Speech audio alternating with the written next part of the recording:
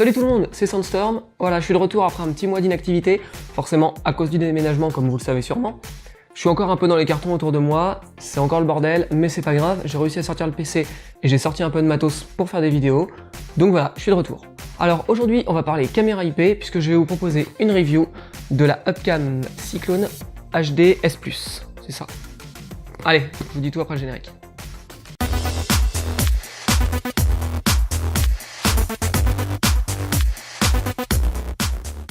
Alors les caméras IP, on peut en trouver sur le net à partir de, on va dire, 15-20 euros. On trouve vraiment de tout, notamment sur les sites genre AliExpress, Gearbest, tout ça, on trouve des modèles à pas cher. Celle que je vais vous proposer, c'est pas du tout le même style puisqu'elle coûte aux alentours des 120 euros, voilà. Donc c'est déjà une caméra avec un peu plus de fonctionnalité, un peu plus de qualité, etc. Je vous montre tout ça tout de suite.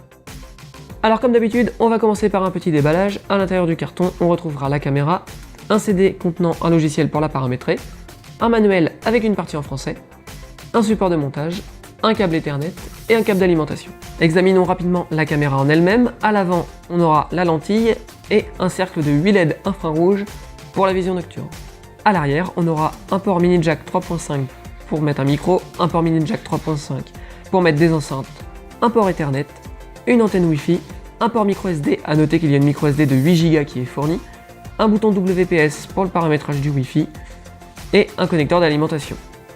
Sur le dessous, on va retrouver les infos de connexion, notamment un QR code pour paramétrer la caméra dans l'application, et un pas de vis pour la fixer sur le support fourni.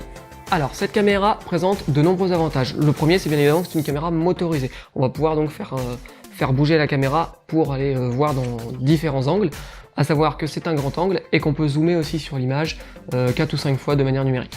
Alors la caméra enregistre en 1080p, donc en Full HD, donc ça change, parfois on voit des caméras HD mais c'est du 720p etc. qui sont beaucoup moins chères. Là on est sur un vrai 1080p, ce qui est un vrai plus. Alors au niveau de ces fonctionnalités, elles sont nombreuses. Tout d'abord on va avoir un port tout simplement SD, enfin micro SD, avec une carte de 8 Go qui est fournie, ce qui est plutôt pas mal puisque c'est assez rare. Donc on va pouvoir enregistrer soit de manière continue, soit sur détection de mouvement par exemple. En fonction d'un planning hebdomadaire, on peut vraiment tout paramétrer. Et donc on va pouvoir venir enregistrer sur la caméra, ça c'est la première option, sur la SD.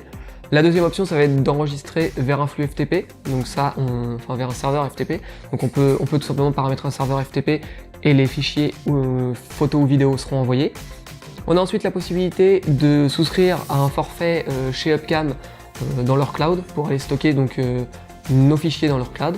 Et enfin, on va avoir l'accès aussi au flux RSTP, ce qui nous permettra de l'intégrer dans de nombreux systèmes externes comme un NAS ou un ZoneMinder, quelque chose comme ça. Donc ça, je ne l'ai pas encore fait. Si j'ai le temps, je ferai peut-être un petit tuto sur justement l'intégration de cette caméra sur par exemple un NAS Adjuster, un NAS Synology, ZoneMinder, pourquoi pas aussi. Ça dépendra du temps que j'aurai. Alors au niveau connectivité, la caméra fonctionne en Wi-Fi ou en Ethernet, comme on veut, voilà. À savoir que c'est une caméra cloud, c'est-à-dire que comme tous les devices qu'on fait un peu maintenant cloud, vous n'avez pas besoin de savoir paramétrer votre routeur, votre box ou quoi, vous la branchez chez vous, soit en Wi-Fi, soit en Ethernet, vous la connectez à votre réseau, et là, paf, elle est directement accessible depuis l'extérieur. Alors elle est manageable soit par l'intermédiaire de l'application smartphone, tablette, soit par le web embarqué, donc si vous avez un PC, un Mac ou quoi, vous pourrez y accéder aussi de cette manière.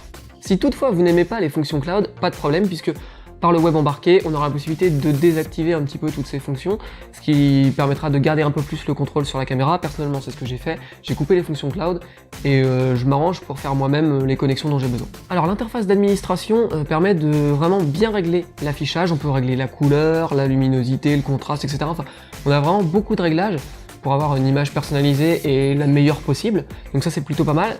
Je vous montre d'ailleurs au passage ce que ça donne.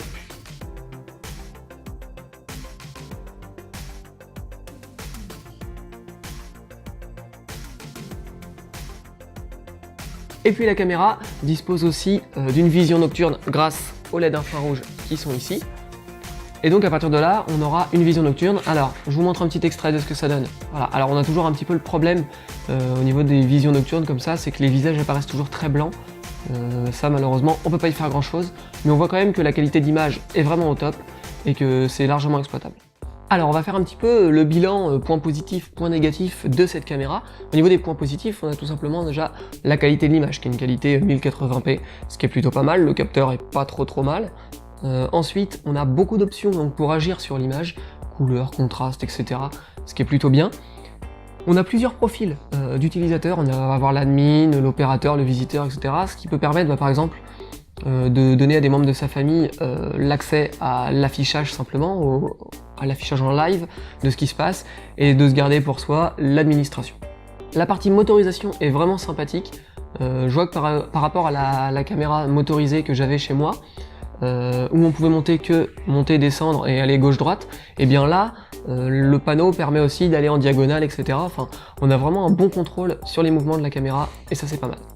Autre point que j'ai aimé, c'est tout simplement la possibilité de déconnecter un petit peu la partie cloud pour garder la maîtrise de sa caméra. Quand on est un peu geek, on n'a pas forcément envie que ça aille se connecter dans un cloud. Si on sait faire les réglages qu'il faut, on préfère garder ça chez soi.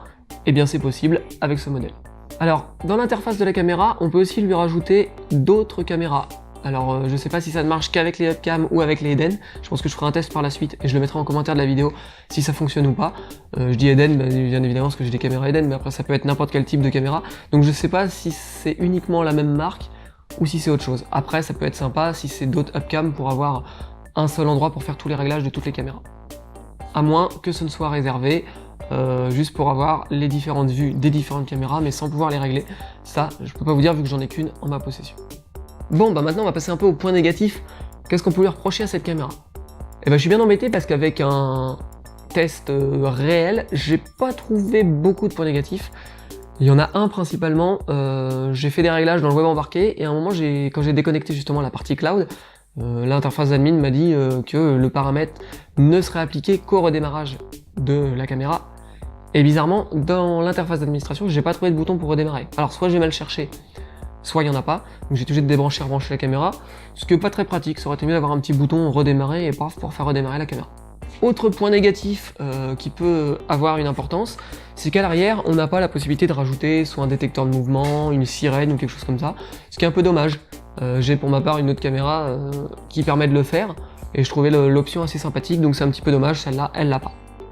Alors sachez que j'ai aussi prêté la caméra à TBB pendant une semaine ou deux, pour qu'il puisse la tester le temps que moi j'étais encore dans les cartons, et son bilan a été aussi assez positif, puisque il a trouvé qu'elle était fortement sympa, une bonne qualité. Alors après 120 € ça reste quand même un tarif, mais c'est pas excessif, parce que des caméras IP on peut en avoir à 2, 3, 400 €, donc ça reste quand même un tarif abordable pour quelque chose qui va s'inscrire dans la durée, et surtout quelque chose avec beaucoup de fonctionnalités, et surtout la qualité au rendez-vous. Alors elle vous fait de l'œil cette caméra? Eh bien écoutez, sachez que j'ai négocié avec Upcam, et ils m'ont autorisé à faire un concours pour vous faire gagner un exemplaire. Donc je sais pas encore comment je vais organiser le concours, peut-être comme la dernière fois avec l'enceinte Eisenman. Checkez tout simplement dans la description de la vidéo, vous aurez le lien de l'article sur justegeek.fr, et dans l'article vous aurez les modalités de participation pour gagner votre exemplaire de la Upcam Cyclone HD S+. Et bien voilà, ma vidéo s'arrête ici, j'espère que vous l'avez aimé. Si c'est le cas, je compte sur vous pour mettre un petit pouce en l'air sur YouTube. Et puis participez au concours, soyez nombreux, partagez avec vos amis cette review, et puis je vous dis à bientôt pour une prochaine vidéo. Allez, ciao!